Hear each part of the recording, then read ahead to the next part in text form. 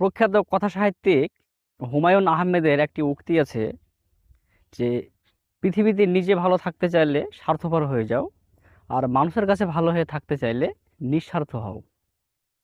তো তারই এক অনন্য রূপ আমি দেখতে পাচ্ছি আমার পাশে এই খেজুর গাছটিতে। দেখুন, গাছটি কিন্তু খুব একটা বড় না, এই আমার হাইটের প্রায় 6 ফুট।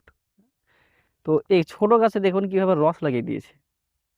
তো এই গাছটি কিন্তু নিজের স্বার্থ দেখেনি, নিজেকে উজাড় করে দিয়েছে এবং সেইখান থেকে মানুষের স্বার্থ পূরণ করছে। আর আমার এই পাশে দেখতে পাবেন, দেখুন এই গাছগুলি হয়তো রস দেয়নি বা রস হয়নি, কোনো কারণে হয়তো সমস্যা হয়েছিল, কেটে ফেলেছে। অর্থাৎ হয়তো এই গাছগুলো নিজের স্বার্থ দেখেছিল যে রস দিলে আমি হয়তো দুর্বল হয়ে যাবো, আমার ক্ষতি হবে, তা আমি নিজের ক্ষতি করব না। তো সে হয়তো রস দেয়নি, এই কারণে মানুষের ক্ষতি হচ্ছিল, অর্থাৎ গাছগুলি যা তার ক্ষতি হচ্ছিল সে গাছগুলি কেটে দিয়েছে। তো ঠিক অনুরূপভাবে এই পাশে এই গাছটি রস দিচ্ছে, অর্থাৎ সে নিজের ক্ষতি করে মানুষের ভালো করছে।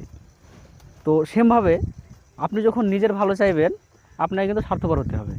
আর যখনই আপনি মানুষের ভালো করতে যাবেন, আপনি নিঃস্বার্থ হয়ে যাবেন তখন।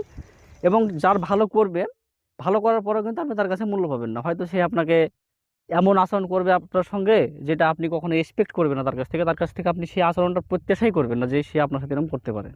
কিন্তু মানুষ এরকম করে। আসলে অন্যের ভালো করতে গিয়ে, অন্যের উপকার করতে গিয়ে কিন্তু মানুষ তার প্রতিদান হিসাবে কিন্তু এমন আচরণ করে যেটাতে আপনার অন্তরে কিন্তু এমন আঘাত লাগে যেটা আপনি সারা জীবন ভুলতে পারবেন না। তো আমার এটা দেখে সেটাই মনে হলো যে নিজে ভালো থাকতে চাইলে স্বার্থপর হয়ে যেতে হবে।